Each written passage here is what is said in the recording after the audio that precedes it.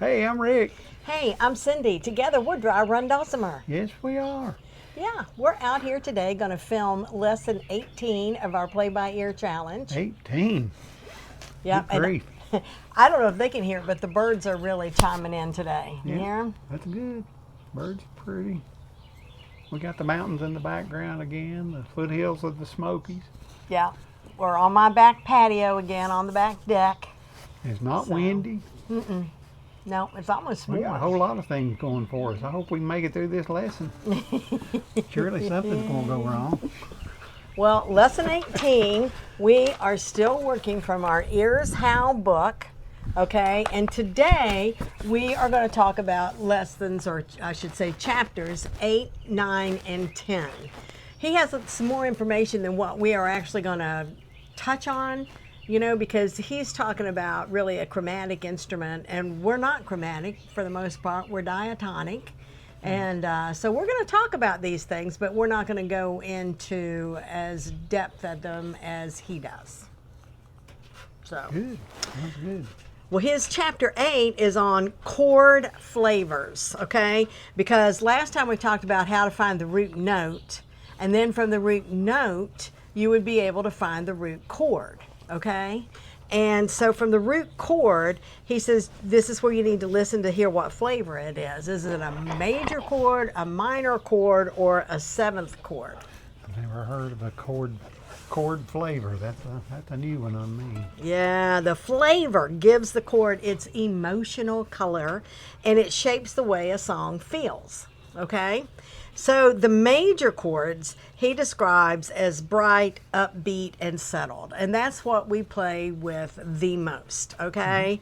We are going to use D, a D chord of 2, 3, 4. Play us a 2, 3, 4 chord.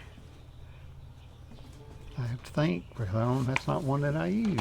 Okay, well, I'll do it then. 2, 3, 4. 2, 3, 4.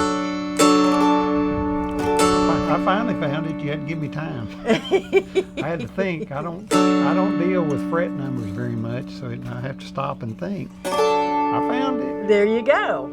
Okay, so it says, for many people, this feels like it's bright and stable, almost like sunshine or an open space. People think it feels upbeat, bright, happy. Does that feel like a happy chord to you? Sound happy? Yeah. Yeah. Yeah. And they say that's no accident, because a major chord is built on the root, what they call the major third, which I know what it is. Some people might. I don't know if you do, but we're not going to get into all that. I'm just giving you the information. It's the root, the major third, and the perfect fifth, okay? Because of the spacing of those notes, the chord tends to sound clean, consonant, and resolved. And that's why major chords are often the home base or the anchor to a song. All right? So when you hear a major chord, your ear tends to relax and your brain just recognizes that it all fits together. Play us again. 2, Now, 3, 4. let me ask you a question. Okay. So my normal D is to go to 0, 0, 2, but that's not a full chord. Is it still a major chord? It is still a major chord. But to have a full, what's it called when you're using all three notes of the chord? Well, some people would call that a major triad, I guess, because it would be all three notes of the song. But on our instrument, even on if you're happen to play two of the same note, like if you play open, open, open, then you're playing D, A, D. That's still a D major chord. And the reason why is what makes a chord major or minor is the third, which is F sharp. F sharp. Okay. So when you're playing open, open, open, you've left the F sharp out, but we still consider that a major chord because you're not playing the minor of that chord, which we're going to talk about here in just a minute, and then you'll understand the difference better. Okay? But good question, Rick. I'm full of them. So now we're going to talk about the minor chords. They are darker, sadder, and emotional. Okay? All right, so when you play it, you might feel somewhat more serious, more mellow, somber, reflective, or even sad. The single change, one single note change, is what alters the pitch and changes the mood. Minor chords borrow the root and the fifth, okay? But they flatten the third note a half a step. So we have D, E, F sharp, G, A. So the first is D, the third is F sharp, the fifth is A. For the minor chord, we keep the first of D, we keep the fifth of A, but this F sharp goes down a half a step, okay, which would make it an F. So if you have a traditional mountain dulcimer instrument, you don't have the F. It's only the people that have the 1.5 fret. Hooray! That can make that F. Can you tell I'm a fan of a 1.5 fret? And that's one of the reasons we're not going to spend a lot of time on this, but you know, it's good just to talk about it so people know what the difference is. Eventually, we will spend a lot of time on the 1.5 or the additional frets. So if we do the 2, 3, 4 for our major, D major, for the people that have a 1.5, if you move your bass note, move it down to the 1.5. 1.5, 3, 4. That's a D minor chord. Here's another dumb question. On a chromatic dulcimer, how do they count fret numbers? Well, is it completely we're not different? even going to get into that because it depends on who's doing the tab. I don't know anything about a chromatic dulcimer. Well, I do, and I've had some. I know they've got all the frets, but do they go by fret numbers like the same as a guitar or fully fretted? It depends because I have a chromatic dulcimer and I have had some chromatic classes. I took them with Aaron May. Yeah. And here's the deal. It kind of just depends on the teacher or who did the tab because some people, they number it 1, 2, 3, 4, 5, 6. Some people do like 0.5, 1, 1.5, 2. 3, 3.5. 3, 3.5, Yep. 4, yeah. There's my So 3.5 it just that I depends on need who for does E. it. So it's kind of crazy. You're getting us out there. I think I want to try a chromatic dulcimer sometime. Never have. All right. Well, I will let you borrow mine. How about I think that? I'd like to try one. Okay. If you it's a deal. behave and let us get through this lesson. All right. I'll try to hush. I've got all these questions I need to ask. Okay. Well, Somebody else may be wondering the same thing that I am. All right. So for us, this is why I chose, we're doing D, the D major chord, 2, 3, 4. The D minor chord, 1.5, 3, 4.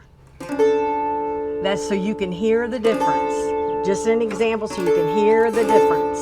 Okay? Now we're going to talk about a 7th chord. Oh. I know. And we're not going to go in this, but that's the third flavor, is the 7th. And that's where they add a 4th note. All right? And that forms a 7th chord. Okay? So. Question. Uh-huh. On a lot of instruments, like on the guitar, if you play in key of G, G, C, and D7 is what you're usually taught.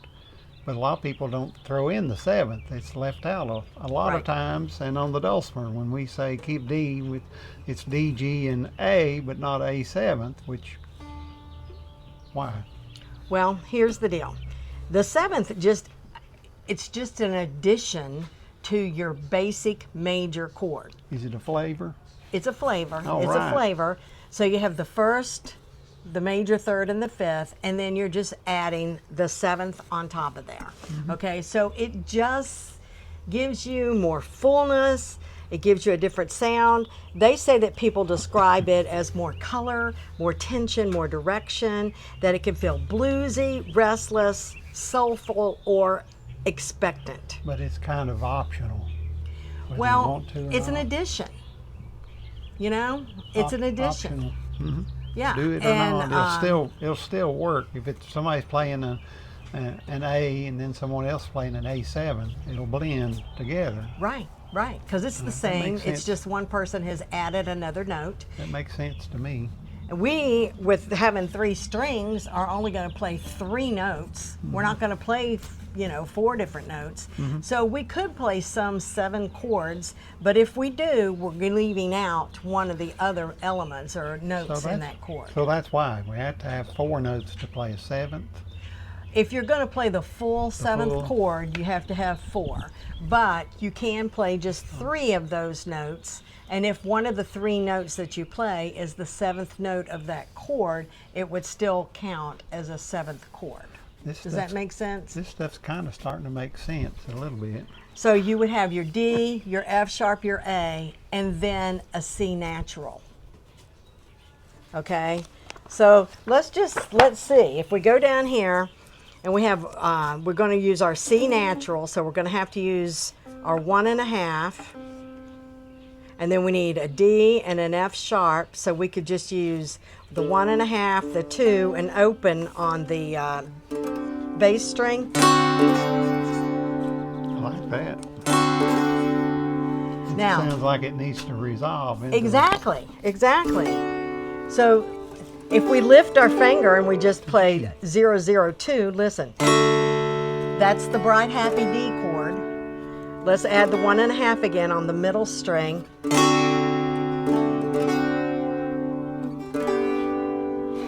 So we can play minor chords. We can play some 7th chords, and not just in D, but we can't do them on every note that we play because we're not a chromatic instrument. Just like you were talking about, we don't have the 3.5 fret, the 4.5, these kind of things. So it gets a little bit different. But anyway, his whole chapter here is hearing the difference. So he's saying when you find your root note, then you find your root chord, all right, then you need to hear, is that a major happy one? Is it a minor, more kind of sad one? Or is it a 7th that is a little more bluesy, okay? The 7th is probably the one that we need to worry about the least because of the nature of our instrument. But it's just good stuff to know. So we're just going to touch on this. It says, when you can listen and instantly recognize a chord flavor as major, minor, or 7th, you can start playing by ear much more confidently. You can simply hear a chord, sense its emotional color, and match it or respond to it with your instrument. Question. Our friend Judy on YouTube, she comments a lot on every video that we put up. She always got nice comments, but she plays 4-string equidistant. So is that a common thing for her to add a 7th chord because of the 4-string, and that she can? She can add it, but I don't know if she does or not. And it also would depend on how, because I've had my Dulcimer set up for 4 equidistant strings, and I've had some classes in that too. And again, that's going to go back to what kind of tuning you have. Yeah. Because it may not be convenient for you to do that very much, but you should be able to if you're tuned right and can reach it. I don't know anything about that, but I like what I hear, and she's got some videos. I'm really liking what she was playing She with plays that, some pretty and I stuff. thought, well, that's something I'd like to know more about. But who the heck has got time to do all this stuff? Everything that you want to do. 2027, Rick. It'll be here before we know it. Okay, so let's move on from the chords. All right. All right, and we're going to move into the musical neighborhood, because remember, we talked about this before. We talked about that you got the root note, then you've got the chord, then you got the musical neighborhood, or what he called the key. Okay, so once you have your root note, your root chord, that lets you know where to start for it and find its key.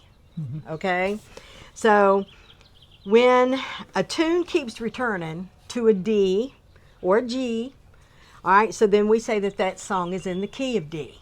or in the key of G. When it keeps going back to the D chord or the G chord, it doesn't have to necessarily be that note, but the chord itself. That's the place where that music lives, where it settles and it feels resolved. Most songs end on their home chord. We talked about that, and that's your way of finding out what key a song is in, so that's great. But they say the home chord never stands alone. It has a family. It has a family.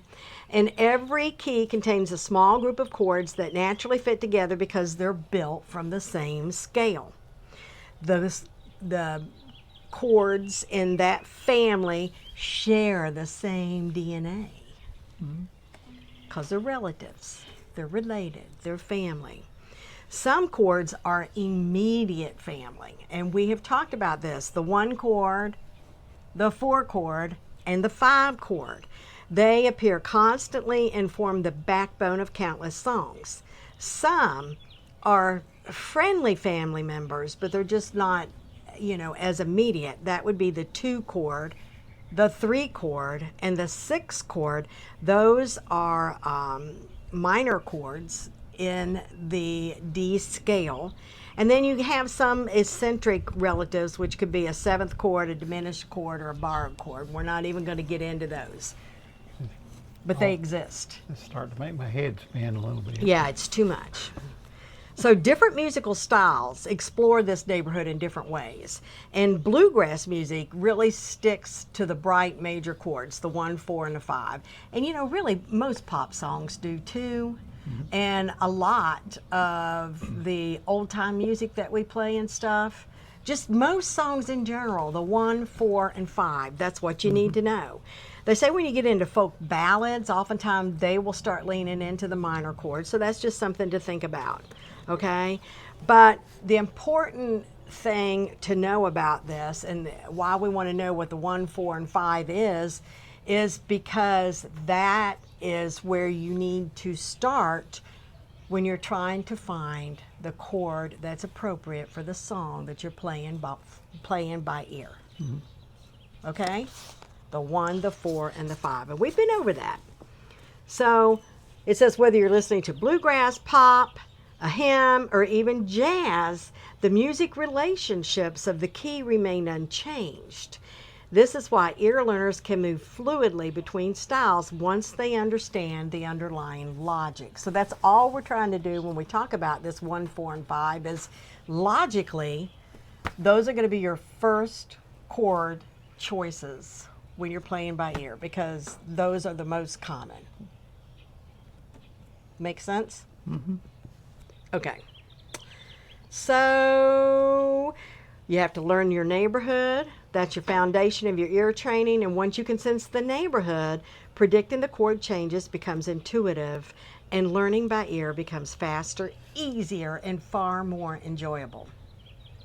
And I've known about the 1, 4, and 5 chord for years, and I don't know, maybe I'm just strange, but I think about it whenever I'm playing the piano, and I'm easily gonna add in a chord, but I don't know. I just don't transfer that logic so easily over to my dulcimer, and I don't know why.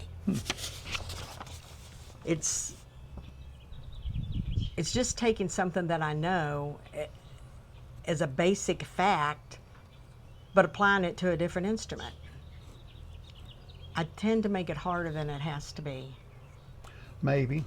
When I'm playing, I know the D, G, and A, but then when I start going up into here and I'm playing some chords that I kind of slide around on and different things, I don't have any idea what the chords are. Yeah. I just know that I just find something that matches what the melody or some kind of backup for it, which can be your way around the instrument, the fretboard, and what sounds good. I don't, other than by sound. But by sound is important. Because, see, that's one of the things that I've been missing because I can't associate that sound with a fret. But I'm learning. So that's good. All right, so we're going on into the next chapter, which is chapter 10. And he goes on more about the chords and the chord families. He breaks them down for every key. But we're not going to worry about that. We are going to worry about the key of D. We'll mention the key of D and the key of G, because those are the most common, I would say, keys that we play in on the mountain dulcimer. So we've discussed many times that in D, the 1 is D, the 4 is G, the 5 is A. So let's talk about in the key of G now, same way. G, A, B, C, and D. So the 1 is G, the 4 is C, the 5 is D. The 1, the 4, and the 5. Okay? All right, so that's all that we're going to discuss as far as those keys go. So I'm just going to explain a little bit more, just a little bit of what he says. In the major keys, now this is the major, we're not talking minor, the primary chords are the 1, the 4, and the 5. These chords define the sound of the key and provide most of the movement and structure in a song. They are the chords you should test first because they appear more often than any others. All right? And then once you understand how chords relate within a key, learning songs will become much more predictable and you are going to learn much faster. And we're not going to go any farther into these scales and key families and all this kind of stuff, chord families, because that's wonderful. It's good to know, but for the person just learning to play by ear, it's kind of advanced. They've already turned the video off. Well, we don't want them to turn the video off. No, we don't. Yeah. So that's as far as we're going to go. And that's it. And hopefully that will help people understand. So basically what we talked about is we found the root note. From the root note, find the root chord. We are looking at either a major chord, a minor chord, or a 7th chord. On the dulcimer, although we play some 7ths, that's just an extension of the major chord. So we're even going to take the majors out for now, and we're looking at the major chords and the minor chord. Okay? So from there, we talked about the chord family and the key and the scale that you're in, and using those 1, 4, and 5 chords as your first choice when trying to find a key that goes along with the song that you're playing by ear. So, and this especially would be helpful when you know what key they're playing in and you're out just trying to play chords at a jam and just trying to fit in. That's it. You have any questions about that? Nope. Okay. Oh, yeah. Well, not about that. What's the assignment? Well, our assignment is we're staying on the last week's song because we still are bringing along our other tunes. So, you know, we want to give people a little bit of time and space. So last week's assignment was Sugar Hill. Yep. Yep. That was a favorite of Fred Wood's. Is that one posted yet? Yes. Sugar Hill, It is posted. the jam along. Yes. Good. And so let's do Sugar Hill and it'll be fun. That's it. It is. And we will check back in with you in a week.